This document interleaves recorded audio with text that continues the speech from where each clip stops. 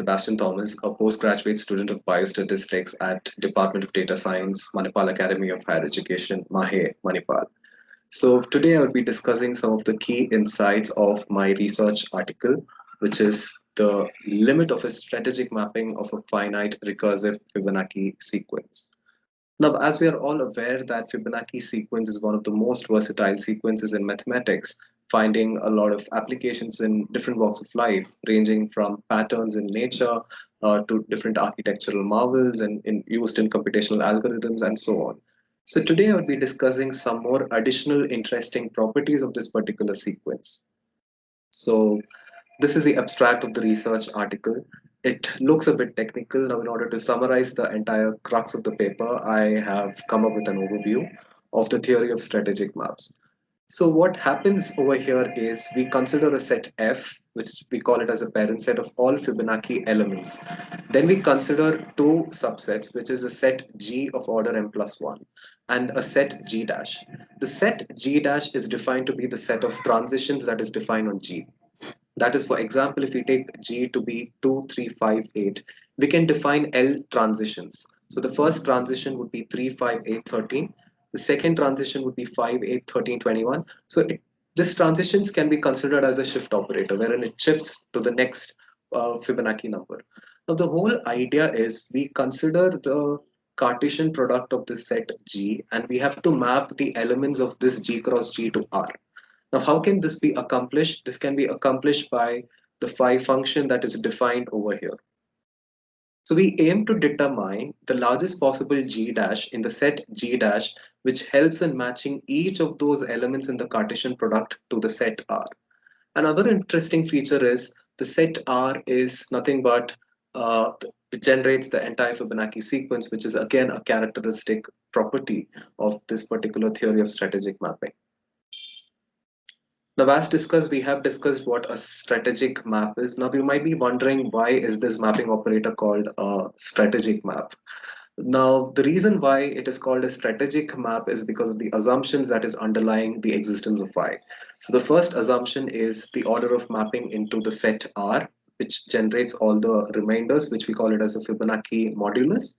The second assumption is the assumptions of competing ordered pairs. And the third assumption is behavior of a function. Now, all these assumptions will be discussed in great detail in the next slide with the help of an illustration. So over here, I've considered two different cases. So case one, I consider a set G of order 4 and n is odd.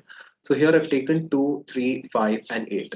Now, following the assumptions, what phi does is that it constructs the set G1 cross G1, which is the set of all elements in the Cartesian product, and then it maps the largest element. So the mapping goes in such a way that it maps first 8, 8.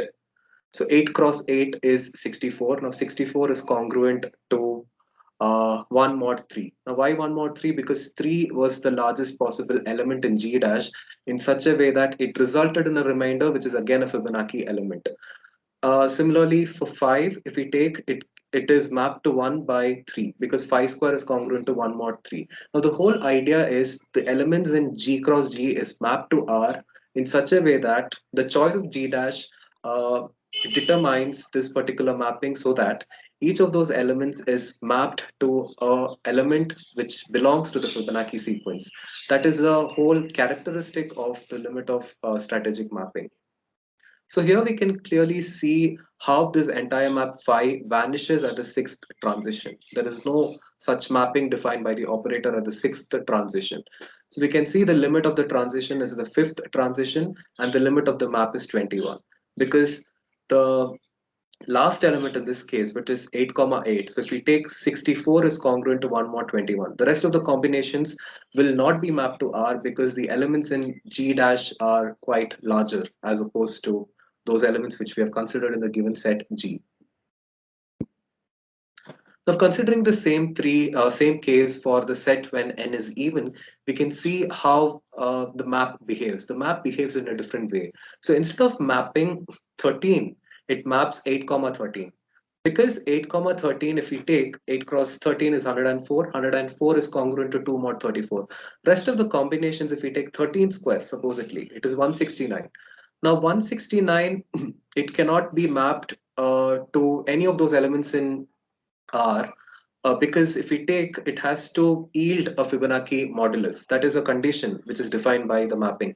Hence here the last element to be mapped is 8, 13, which is mapped to 2 by the action of 5. Now, in order to summarize the entire, the patterns which we have seen so far, so we can infer that the patterns which we observed, so these were the patterns which we observed for 2, 3, 5, 8, is isomorphic to the patterns that is observed by 5, 8, 13, 21, and it's isomorphic to the pattern that is observed by 13, 21, 34, 55, and so on. So this is an interesting feature if you observe, because if we know the patterns of one particular set, we can easily determine the patterns of the rest of the set. And this is what led me to the idea of families of 2 and families of 3. Because the entire Fibonacci sequence can be bifurcated into 2 different families, wherein we are classifying elements into each of those families which share identical properties. That is a key highlight of this research article. Now, coming into the fundamental theorem of strategic mapping, so we have considered the case where the order is 4. Now, in order to generalize the theorem, I have come up with this particular proof. This is just a basic layout of the proof. Owing to the time constraints, I couldn't display the entire proof. So the idea of proof is very simple. We consider different cases of L and N, and we show how, L, the limit of the transition is f of n plus L plus 1 for each of those cases, regardless of the nature of n, or regardless of what L you're taking, the mapping ends at the L plus 1th transition. So I've considered 2 different cases. So this is case 1, and for case 2, here we can see when both L and N are even, when both L and N are odd. So we can easily prove this theorem. So this is a classic result of strategic mapping, which says for how long can this map exist and what would be the limit of the transition. So this is just a small illustration in order to understand the theorem which we have discussed so far.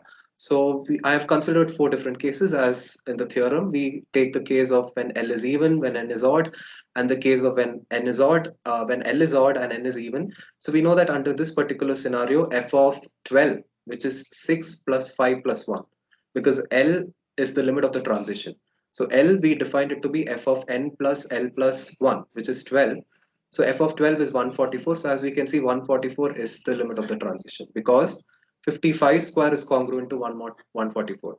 If you take any other ordered pairs, it cannot be mapped to R, because you don't have any such G dash, small G dash, which is in the set G dash.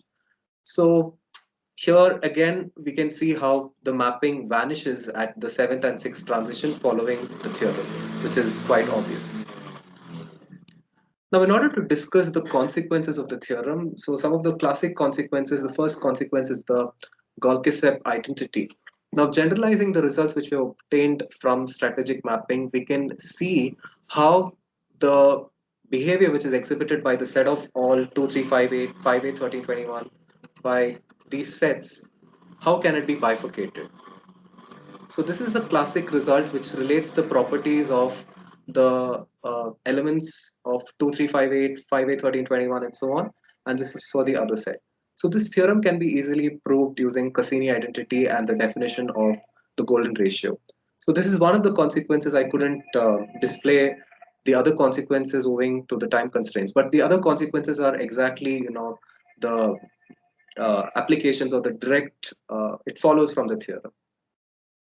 Yes. So what I was mentioning about is the idea of families of 2 and families of 3. So what this family thing conveys is that the properties that is exhibited by 2 will be isomorphic to the properties that is exhibited by 5, will be again isomorphic to the properties that is exhibited by 13. So this is one of the classic feature of this particular theory of strategic mapping, where it helps us in grouping the entire Fibonacci set into 2 different classes. And another interesting feature, as I mentioned before, is you can see how the set R is nothing but the set of all Fibonacci elements. So the Fibonacci modulus, the remainders which we generated from phi, is basically nothing but the set F, which is a characteristic feature of strategic mapping. Now the same thing can be illustrated for the family of 3. Now this is the same thing which was mentioned in the previous slide. So this is a general case. So for the family of 2, this is how you can define the transitions, and for family of 3, this is how we can define the transition. So this is a generalized version. of the theorem of the final element. And now moving on to the applications of this theory. This theory has some important applications in the field of drug development. Now, if we take in drug development, we have different designs in order to estimate the maximum tolerated dose, and physicians basically try to come up with an optimal dose level for each stage of the trial. So in order to sort of reduce the computational difficulty and in order to reduce the cost constraint, which is encompassing these clinical trials, a color code design model is developed based on this theory. So what happens is that instead of considering the random dose levels, we consider the dose levels to follow a particular pattern, which is it follows a Fibonacci distribution.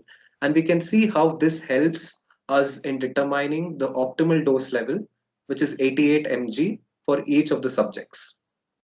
So this is one of the cost-effective preliminary designs which could guide physicians to come up with, better estimates of MTD before moving ahead with the highly computational complex designs like the Bayesian methodology and the frequentist methodology. So that is one application. Now, the second application is this. So just like how we have a QR code. So for example, if you go to a store, you just need to scan the QR code to pay the amount. Life has become so simple. So this theory has simplified the entire Fibonacci sequence by acting as a QR code. Now, why is it called a QR code? Because the families of 2 and families of 3 helps us in generating all possible Fibonacci elements. So this is how the theorem or can be generalized too. Wherein, as we observed, the Fibonacci modulus is nothing but, again, the Fibonacci sequence which we have generated. So that is one of the characteristic features of this particular theory. And the last application is, so this is the layout of the Fibonacci marker. As you mentioned, this is how the pattern is observed, because 2 square is congruent to 3 mod 1, 3 square is congruent to 8 mod 1. So this is the overview of the Fibonacci modulus or the Fibonacci marker which is developed using the theory. So these are the references which is used in the article. So that's it from my end. I would like to thank the whole team of SRS MN College for giving me this opportunity to present my research article. And if there are any questions, please, I would love to take them. And